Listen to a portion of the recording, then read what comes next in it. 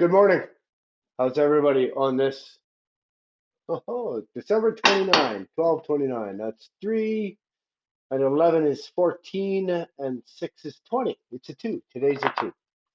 And 2s are working together, partnerships, uh, group efforts. Oh, collectives. Yeah. All right. Let's get going. And I think today, if I remember from yesterday correctly, today we're just going to take one of these.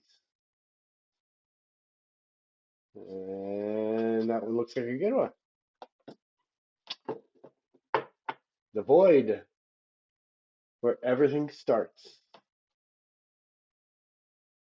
And we the Hathors. Okay, that's gonna be what we don't see coming.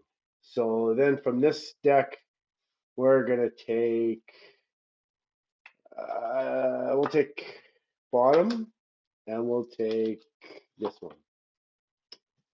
which is inflow, and 25 is nature. All right, let's get started on this. So let's see our numbers. We got 25, and 11 is 36, and the void, wrong book. Okay, VW, right? Yeah. So 116 and 117 is 233, which is an 8. 233 is an 8, right? Yeah. And a 2. So these two work down to a 2. This one is an 8. 8 and 2 is 10. New beginnings. It's a 1. Okay, let's get started. The void. Everything and nothing exists in the void. It's where all life begins and ends. It's the winter and the womb, the fertile darkness where all things originate and all seeds grow. Comforting and intimidating, freeing and daunting, it can feel both overwhelmingly small and huge. The void is where faith lives. The message of the void is to surrender to the unknown, to allow the fertile darkness of nothingness to nourish the new seeds growing within you.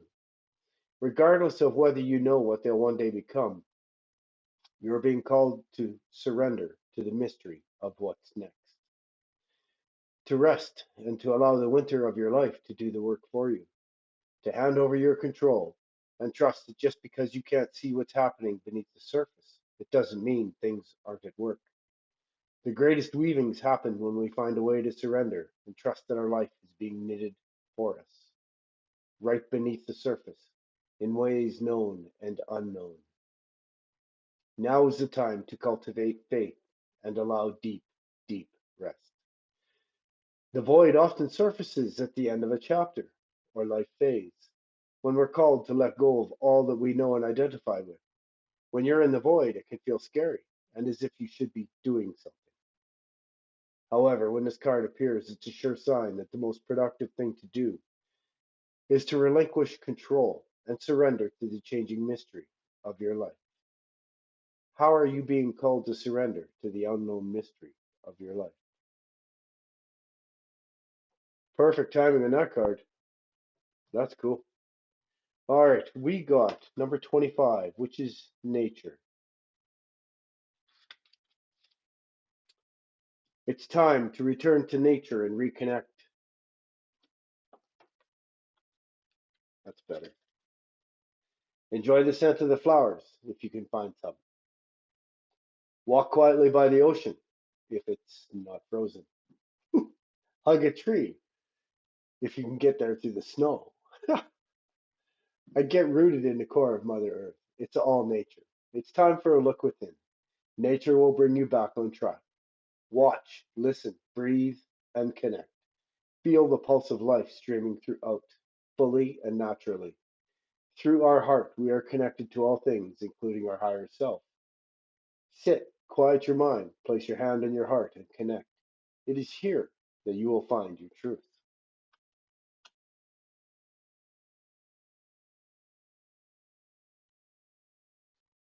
cool. Number 11, which I know is inflow. This is expression in full flow. I had to check that one. Let yourself be heard. Let yourself shine. Time to take center stage. This is all about feeling the universal flow of energy, joy, creativity, and communication. Sing, dance, and let yourself be seen in all your glory. Set your creative inner being free and express all those things inside you that you would normally hide from the world. And We the Hathors. So we'll look that one up. And they are numbers 122 and 123, which would be 245, which would be 11. Or if you reduce that even more, it's a 2. Okay. Deep love, mother's milk, birth as a portal. Ushers in new life. The Hathors are here to remind you you're a child of the cosmic mother, and you're being called to be held by her deep, never-ending love and embrace. This is a tender, nourishing card, reminding you to receive the deep, deep love of the mother's embrace. The Hathors know that the journey on earth can be rocky and lonely at times, and you're being reminded to rest more deeply in the mother's arms. This is a card of extreme potency, of femininity, of creation, and of birth. You're being called to mother yourself and others too, to surrender to your sacred femininity, to create and surrender to your own creations, to hold and be held. You're being called to remember your place in the web of life, and to realize that the Cosmic Mother is watching you every step of the way. You may be going through a transition right now. That we are. Moving from one way of being to another. If so, you're being reminded that you're cradled in a sacred container, that you're more held than you could possibly imagine, and you have access to more love than your heart can bear. If you're struggling in any way, you're being reassured that things will work out. Open yourself up to receiving the overflowing love of Mother flooding toward you from every direction. And the invocation is, I allow the deep love of Mother to wash over me. I'm loved and I'm held. Say that 3 times. When I read this, it actually says, I allow the deep love of the cosmic mother to wash over me. I'm loved and I'm held. And that's cool. Like whatever you believe, you can substitute God, the universe, Gaia. Just say it. She is our mother.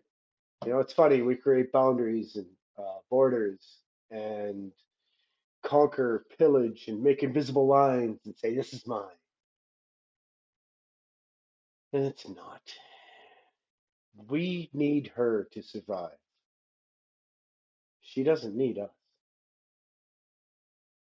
Anyway, she has chosen that we are going to be here. We have made it through many great turnings, and we have her blessing, and we continue, and we're still growing.